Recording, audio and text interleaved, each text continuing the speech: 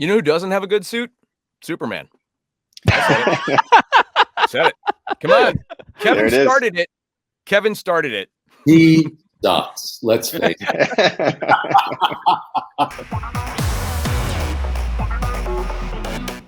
Hey there, everyone, and welcome to GalaxyCon Live, where we're bringing the convention experience directly to you. I am your host for today's panel, Mario Bueno, and we have a very exciting one for you. I have a rather meaty intro, but before we get into that, I would like to bring all of our wonderful guests to the stage because one thing is going to flow right into the other today. Let us start off with the newest voice behind the cowl. You will know them as Bruce Wayne and Batman in Gotham Knights. You also know them as Alexios in Assassin's Creed, Vlad in The Chilling Adventures of Sabrina. Please welcome to our virtual stage, Michael Antonakos. Welcome, welcome. Hey, guys. Thanks. Pleasure to be here. Pleasure to have you here. Glad we're also rocking the bat symbol in solidarity. glad I'm not the only one today. And also joining us here on our virtual stage, you know them as Bruce Wayne and Batman in Beware the Batman, as well as Carlos Nieto in Third Watch, Sheriff Miguel Acosta in Scream the TV series, Kevin Harris in The Haunting of Hill House, Shujimi in Starship Troopers, and Alex Longshadow in Banshee. Please welcome Anthony Ruivivar. Great job with the last name, man. Doing my best. I'm very happy to hear that I nailed it on the first take. You nailed it. Welcome. Glad to have you here. Glad to be here. So excited.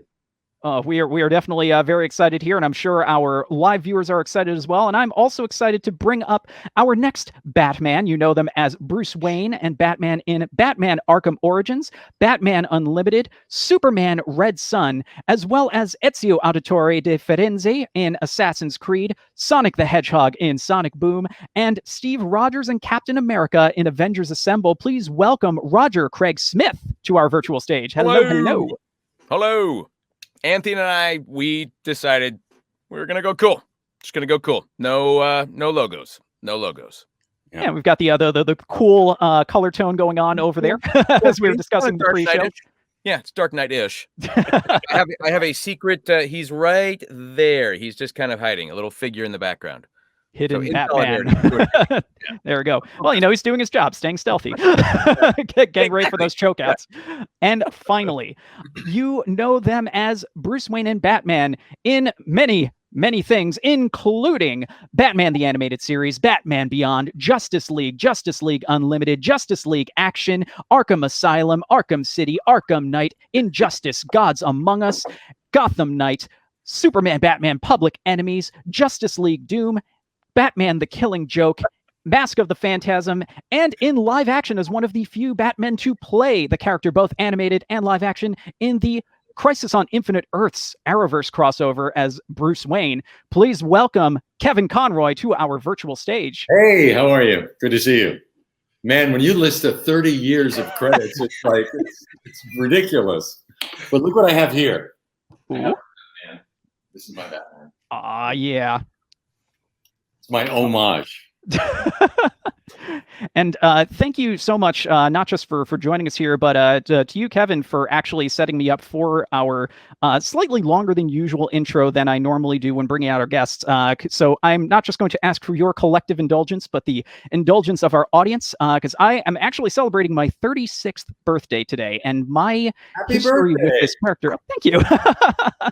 My history with the character spans over 30 years of the 80+ years of Batman's history. So this character has meant a lot to me over the years, not just personally, but in some aspects professionally. So starting as far back as my earliest memories, it's mostly been the ancillary media. So the animated shows like Super Friends and reruns of Batman 66 before the original 92 animated series provided my first true formative love of the character. The Tim Burton films, the first of which dropped when I was just 4 years old. My first Batman toys were from that film. And as an adult, it was The Dark Knight in 2008 that really reinvigorated my love of the character.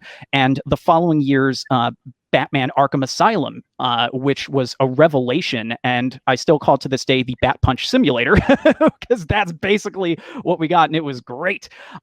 Also inspired me during my peak active cosplay years to want to live a dream of being the Batman, which I got to do starting in 2013, which led to my own personal contributions, like the one you are seeing on your screen right now. That is from one of the videos I worked on during my year in Los Angeles, working with YouTube producer D. Pitty, who I was introduced to by a guest of GalaxyCons from last night, Christina V from Miraculous Ladybug. We also have a clip from the video we did there. It'll show up at some point. But yeah, like I said, long time coming.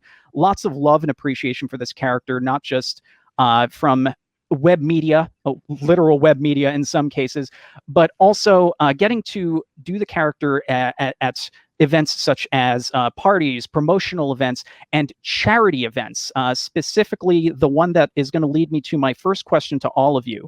In 2014, I was proud to be Batman at the Combat Radio Breakfast with Santa, which I believe is still going on in LA. I believe, Roger, you've been on that show before?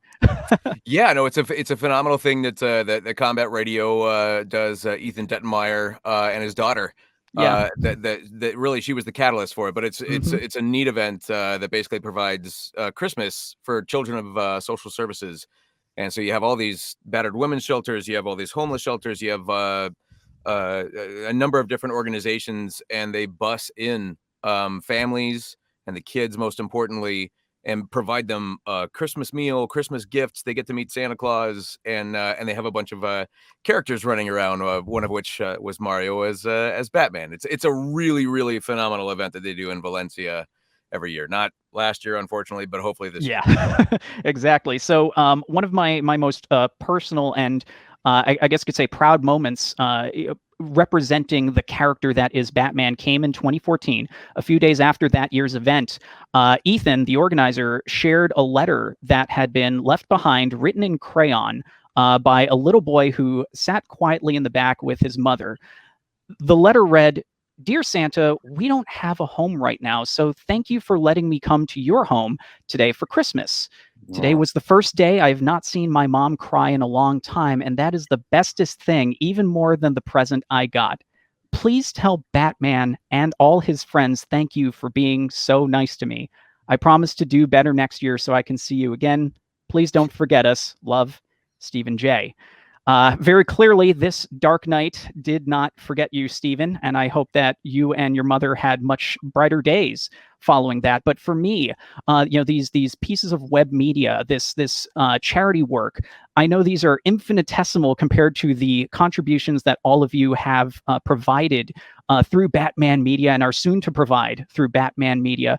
But I'm still so proud to have been a part of this Bat legacy. So my question to all of you is, what has been the most rewarding moment that made you proud to be a part of this expansive history?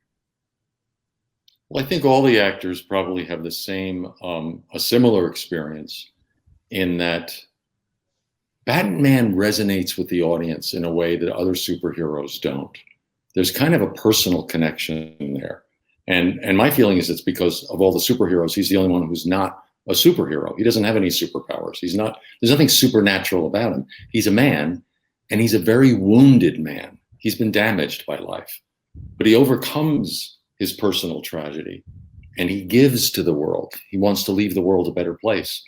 And that resonates with people because they see themselves in him in many ways, wanting to help the world, wanting to heal the world. And when you do it, especially for us as voice performers, you put your heart and soul into the character and you send it out into the ether, and you never get to see how it affects people. You never get that juice that you get from working on stage. And that was my background. So that was what I was used to. And I didn't actually get that experience until I started going to Comic-Cons. And when I got the feedback from the audience, the emotional reaction that people had to meeting the voice of the character that had touched them as a child was extraordinary. And the stories I would hear about difficult childhoods, tragic childhoods, challenging lives, and how Batman was a source of inspiration for them. And for an actor to think that your performance could touch someone on such an important level, on such an intimate level, is extraordinary for me. And I'm sure the other actors had similar experiences, hearing from audience members how the character touched them. There was one woman who had grown up. She just wanted to hold me. This was the Chicago Comic-Con. She said, "I just want to hug you." And so I hugged her, and she started crying. And she said, "You don't understand. I grew up in the projects on the South Side of Chicago, and every kid I grew up with ended up in trouble in one way or another, either in a gang or in jail or in something." She said, "I am a professional, and I got out, and I have a life. And it's because there was Batman for me every afternoon." Now, of course it was because of her parents, but Batman was a part of it. That escape for her was a part of it. And for an actor to know that you could contribute in some small way to someone's life like that is amazing. Yeah. I mean, honestly, I don't know. As somebody who's on the receiving end of a lot of like, "You're not my Batman, Kevin Conroy's my Batman." That answer right there explains exactly why. But now, I mean, what are we going to do to follow that up? I'm all like speak for myself as growing up with Batman as well, and to add into it is you guys are like guys I also looked up to. So I'm honored to just be in your presence and able to continue a torch and play this character. But I think Batman always represents a form of hope too, and in all of us, that you can transcend whatever it is, like you were saying, Kevin, where you come from. You can, and it's really just up to you. And Batman shows that ability in all of us, which I really think is amazing. And by grabbing the reins of your own life, you can, there's hope to overcome whatever it is. Yeah. So I was, but yeah, I mean, I did the I did Comic-Con yet for Batman. I did the Ethan Detmer thing as well, and Oh, nice. that's I think that's the first time that I realized like how just doing the voice of a character could be so useful for charity, for just these causes. I mean, I knew that, like, to back everyone else up. I know all you have to think about is when I had the possibility of becoming Batman for the show, I took it so seriously. Like, I really felt like it was, and when it did happen, I really felt like it was the passing of a torch, or you were being handed over something so sacred and so genuinely like important, that it was different than any other thing that I've ever done. And I think it's because of how respected and how important Batman felt to me in my life, and how I can tell it affects people that ever find out that, like, oh my God, you do the voice of Batman. Like, you can just see it in their demeanor, how intense Batman is to them, and that's without fail. It's like, I think if I said, "Oh, I do the voice of Superman," something would be like, "Oh, cool." But it's like, you do the voice of Batman, like there's a real depth to it, not to put Superman down, but anyway. Oh, put him down. He's so arrogant. Getting that crisis, Bruce, coming out there, Kevin. Batman doesn't have to have his initial on his outfit. I mean, come on, who does that? I want you to remember in all the years to come, in all your private moments, I want you to remember my hand at your throat. I want you to remember the one man. Man, I just saw that clip last night when I was just reviewing some videos just to get myself back into the mindset for today. I'm like, yep, yep, iconic. So just double checking to see if we already have some fan questions, because I know I would love to get into those if we can, because I know there are a lot of excited Bat fans who would like to fire away. So let's see what we've got. What is our first question for our panel of Batmen. This one is from Ryan. What were some of your favorite cartoons growing up? Now we're going to date ourselves. Oh, yeah. I mean, if it helps, I definitely did that at the start of this panel, so don't worry. I fell on that sword for you guys. I watched Flintstones. Yabba-dabba-doo. Yabba-dabba-doo. What else? Flintstones, Jetsons, Flintstones. What did you guys watch? My jumping off point was definitely Justice League, like the full on, the Justice League, the was the Temple of Doom or whatever. What was it? Yeah, I was a kid. That was my League. Wait a minute, how old am I? Getting awkward.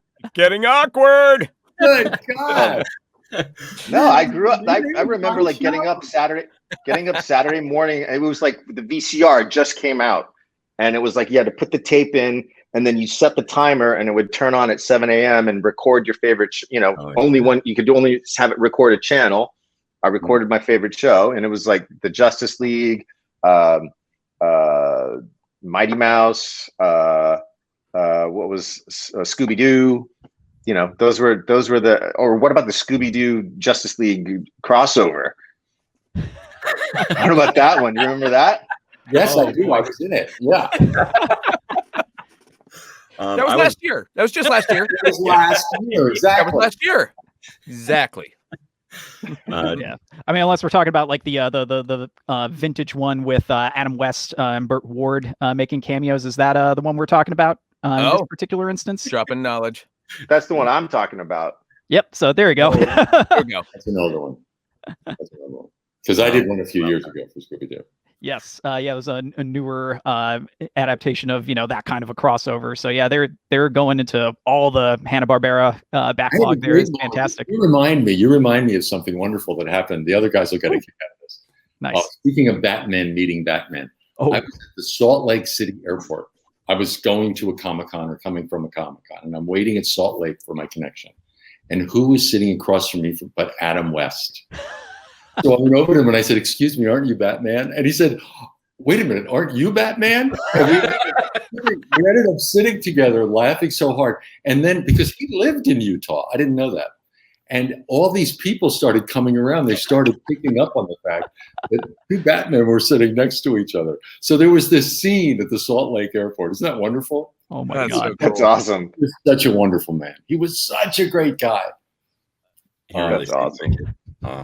Now I'm really glad that I reminded everybody that you guys are, in that very elite club. I had no idea you guys had, actually had such an amusing meeting. I figured, maybe you would probably, run across each other at like a Comic-Con or something, but that's even better than I could have hoped. Sort of random occurrence at an airport. It was great. Oh man. So to kind of continue with this particular question before we move on to our next one. So Roger and Michael, what about you guys? Cartoons that you guys watched growing up? Gargoyles, Darkwing Duck, X-Men. I mean, I also lived in Greece a lot, going back and forth. So I used to watch shows like Asterix and Obelix, and Ooh, okay. And then Tintin was also pretty fun. But yeah, I watched Asterix and Obelix and Tintin like crazy. No. It's like, I was a huge aficionado of all Greek children's cartoons. All about the Euro animation. That's all I watched. It's so weird. I don't know what the Flintstones. Never heard of.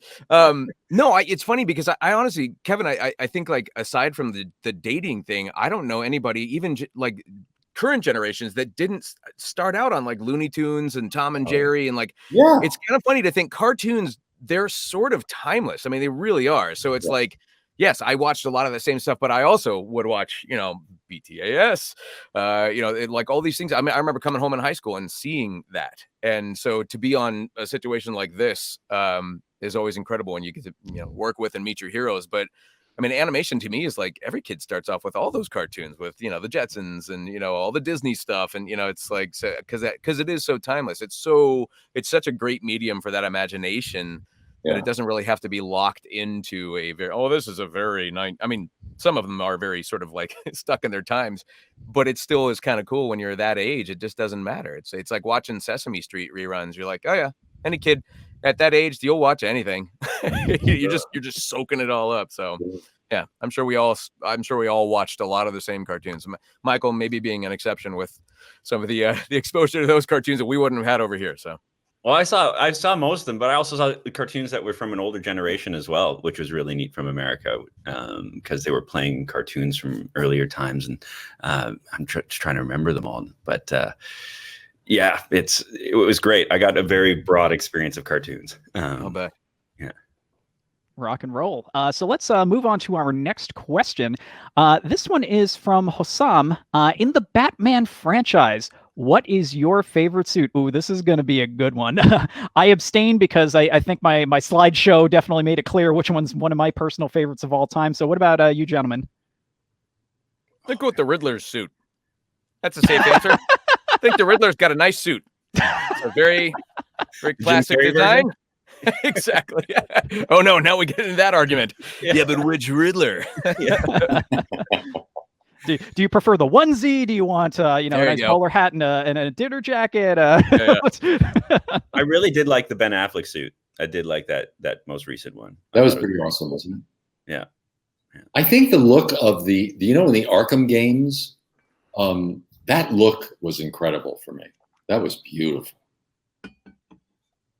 So I think that suit.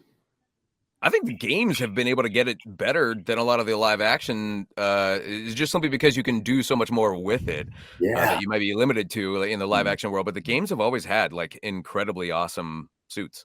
I know. What I love about the game is that you can actually fly with Batman. I mean, what you can do as an audience member is so incredible. Interactive, not passive. Yeah, I agree. The Arkham suits are some of the best. And can't you also, you can customize them, right? Like a bit, right? Can you not? Well, I know you can get the different skin options in most of the games, and within the storyline they give you some slight upgrades for the story progression to change from for example, between Arkham City and Arkham Knight, you start with a slightly tweaked out version of the city outfit, but then you switch over to the one that becomes, the cover art for Arkham Knight. Right. So there's a little bit of that. I know in Justice, in those games, they definitely let you just go hog wild with customization options. You know who doesn't have a good suit? Superman. I said it. Come on. Kevin started it. He sucks. Let's face it. So we'll definitely be curating a lot of these.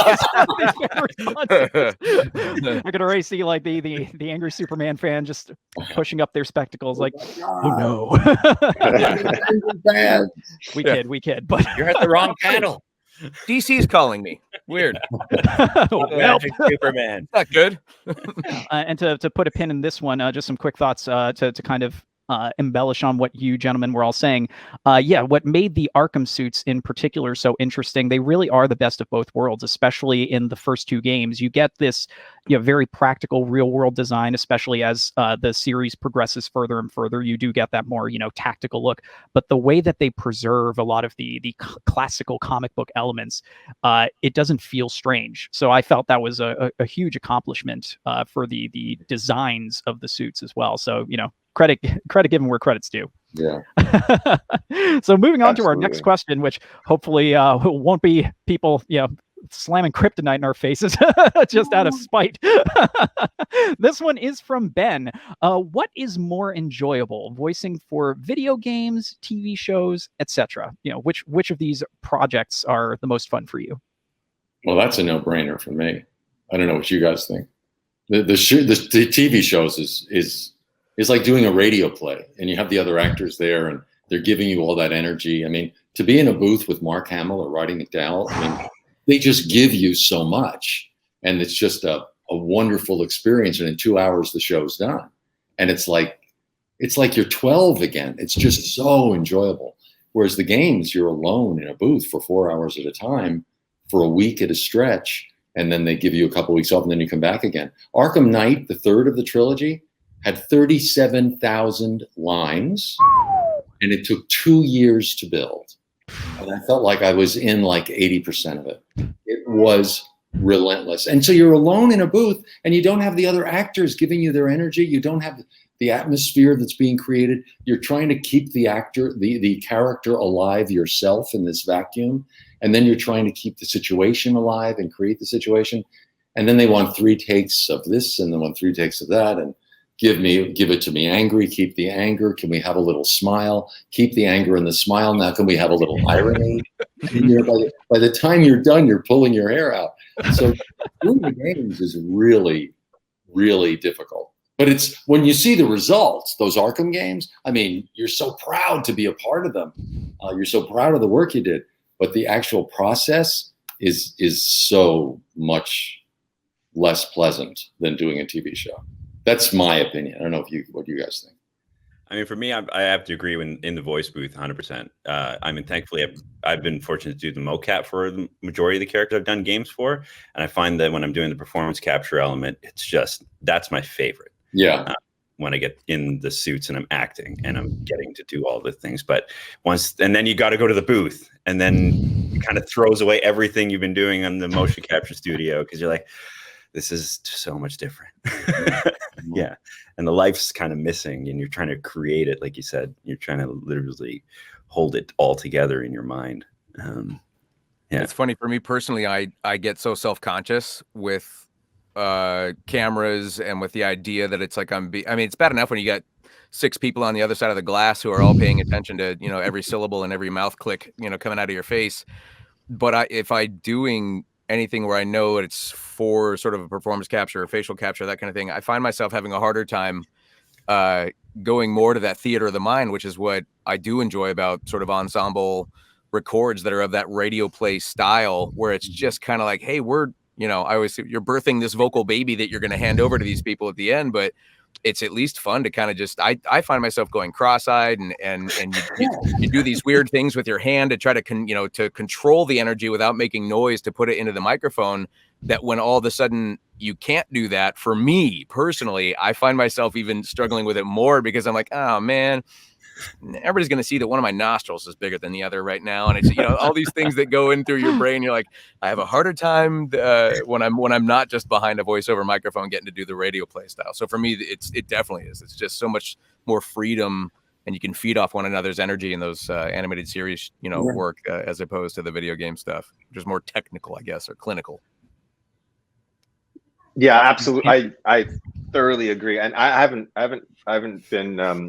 had the luxury of doing the Batman voice for a video game. I've done video games voices before, but Kevin's right. It's just you're in a booth and you've got a litany of cues, and there's thousands of things to say, and it's just vacuous. It's kind of it's not hinged on anything. Whereas so they're kind of explaining the environment or explaining what situation you're in, but you're really kind of throwing spaghetti against a wall sometimes. That's how it feels, and then you just figure out what they're going to use. And but with doing the show, it's like you're there with the actors. It's you're performing with one another, and so you're operating off of their rhythms and their timing and what they're giving you, and it's a completely different experience. Mm-hmm. And like Kevin said, it's noodle after noodle after noodle. Yeah, that one was kind of al dente. We'd like it al dente, but also raw. With a smile. Al dente with a smile. The idea of the angry smile. Keep the anger, but smile more. That was perfect. Now add butter. What you've done, Oh boy. Joker, how many people did you just harm? Now you just sound a little psychotic. But we like it. Keep the psychotic. Psychotic is great. Psychotic is great. Can we have psychotic with a smile? Yeah, 9 more times. 9 more times. 9 more times. Yeah. And now punch as a psychotic individual. But keep the smile. Do you guys ever find it's a dream when they've actually recorded someone else before you? It's then you find because that's really it. It's like, because usually you're the first one to record, and then everyone goes off of that, so you don't know what anyone's going to sound like. But once in a while, they have someone who's recorded before. You're like, oh, at least I get to hear how they're going to say their line, and I'm going to respond to that. Yeah. That mismatched energy was in another game that I did where I couldn't believe that they had it, and we just assumed we were sort of flying blind, and I thought this was like some like battle cry kind of a thing, and it turned out I was like helping up somebody off the ground, and so the game comes out, and it's just me like basically yelling at them as I'm pulling them. It's just like, why are you yelling at this person? And then of course the other actor just replied with, "Thank you," and it was like, I'm too, yeah. That literally happened on Audition. Yeah. So many times. It's like war cry, and there's like 3 people standing there. I was like, yeah. You're like, no. Yeah. Oh man. What we are going to get to now is our next question. Let's see what we have here. This one is from Taylor. So how did you get the role of your Batman? I imagine we're going to have some very interesting and varied stories on this one. Well, I was very lucky because it happened. It was 30 years ago. Do you realize it was 91 that I started recording? 91. I was 10 years old. And well played. Well played. It was a moment when they decided to, because they were going for a very hyper real. They weren't going for cartoony sounds. Bruce Timm wanted this to be very realistic, a sort of film noir feeling, like a 30s, 40s film. And so they wanted very realistic performances. So other than the wonderful traditional voice actors that they usually work with, they decided to cast a wider net and look at theater and television and film actors. So they looked farther than they usually looked. And so they ended up with a mix of, people like Frank Welker and who were incredible voice actors, but they also used a lot of non-traditional actors for the casting. So I went in, and I had only done theater in New York, really. I'd done a little bit of TV in LA, and I happened to be in LA doing a pilot for a series. And my commercial voiceover agent sent me in to read. I didn't even know Batman had never been a series. I thought it had been around forever. And I didn't know who Bruce Timm was or Andrea Romano. I didn't know any. I was an idiot. I was a complete idiot walking in there. But what was interesting was my background in theater, which was heavily theatrical. I'd done a lot of Shakespeare. I went to Juilliard. I'd done a lot of the Greeks. I had an old-fashioned theater training. And when you look at Batman, of all the superheroes, he is the most classically tragic. He has no superpowers. He is Orestes. He is Achilles. He is those characters. So it's ironic that I would walk in for the one role I auditioned for, and everything I had done up until that point prepared me for that. And I approached it the way I would approach, Laertes in Hamlet, which I had done just recently. And it worked. I mean, I approached him as you would one of those tragic heroes. And it happened to be just the perfect role for me at that moment. So that was a very, fluky kind of thing that I happened to walk into that audition for that role. That's good. I think for me, the story that I got was that Kevin passed on Origins. So, damn it! I wish I had. Yeah. No, mine's boring. It was casting. It was an audition situation. I mean, I wish I could tell you. I mean, that's always. I think a lot of people assume like you walk into some of these studios and just go, "I'm here to give you the role," And it was. I think they cast a wide net, and we auditioned and went through callbacks, and yeah, I could not believe getting that phone call. So by the sheer luck of the origin story element of it, and getting a chance to maybe have a set of pipes that are in that register that they are looking for, is good fortune, I suppose. Mine's a bit of a longer story, but I have to add this in just because for me, it's very funny. So when I was auditioning for Odyssey, and I literally used Kevin and Roger as my references for creating Alexios.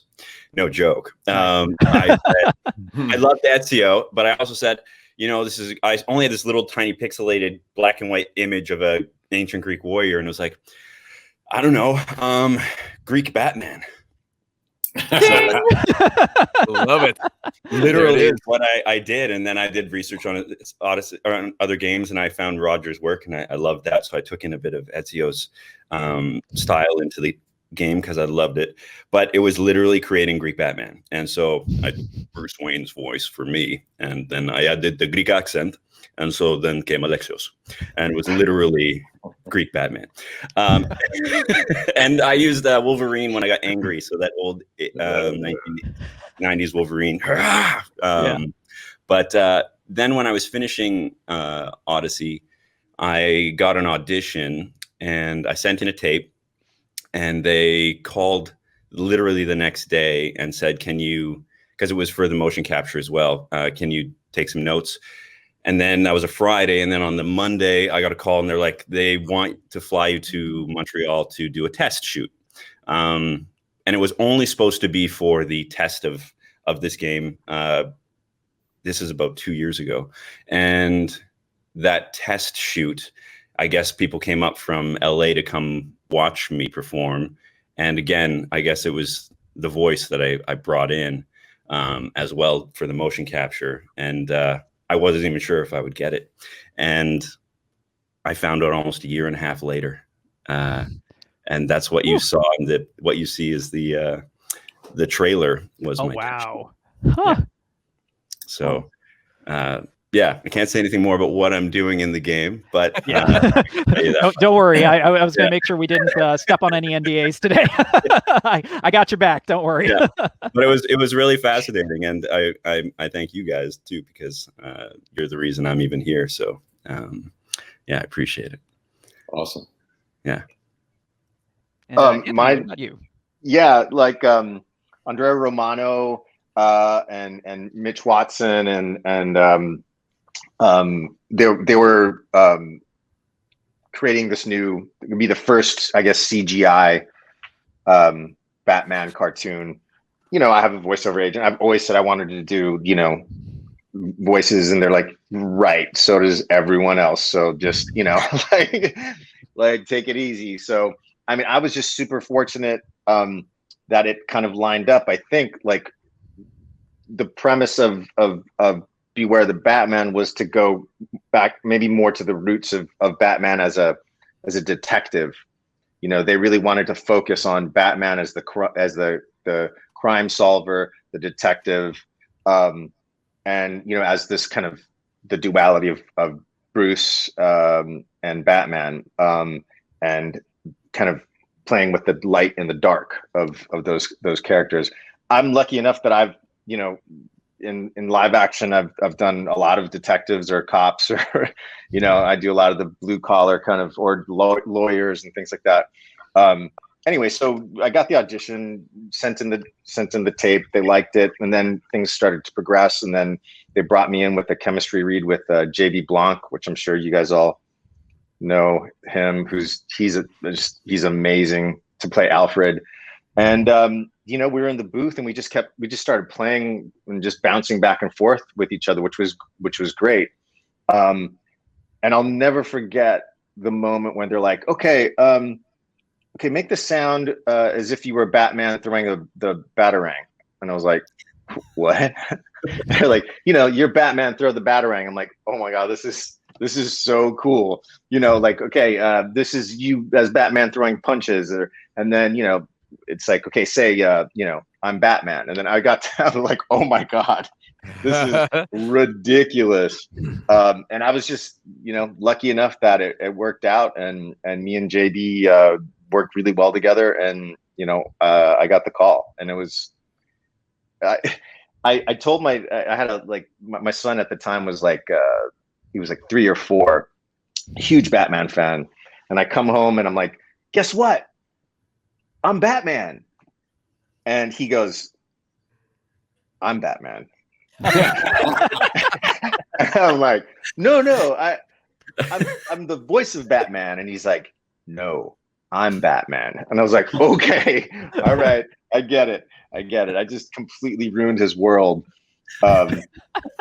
And then, you know, I don't know, a couple months later, he came home with 2 Batman shirts. He's like, we're both Batman. I was like, oh, Right. so cute. That is adorable and super wholesome. Yeah. Oh man. Our next, if not final question. Oh, this one's from Frank. This is a good one. I completely agree with you, Frank. So besides I am Batman, do you have a favorite line? From Origins, I loved I am the reason the criminals breathe easier when the sun rises, and that whole speech. But to this day, I the writing of the games has always been so phenomenal, but I love that. I am the reason the criminals breathe easier when the sun rises. Thought that was a neat line.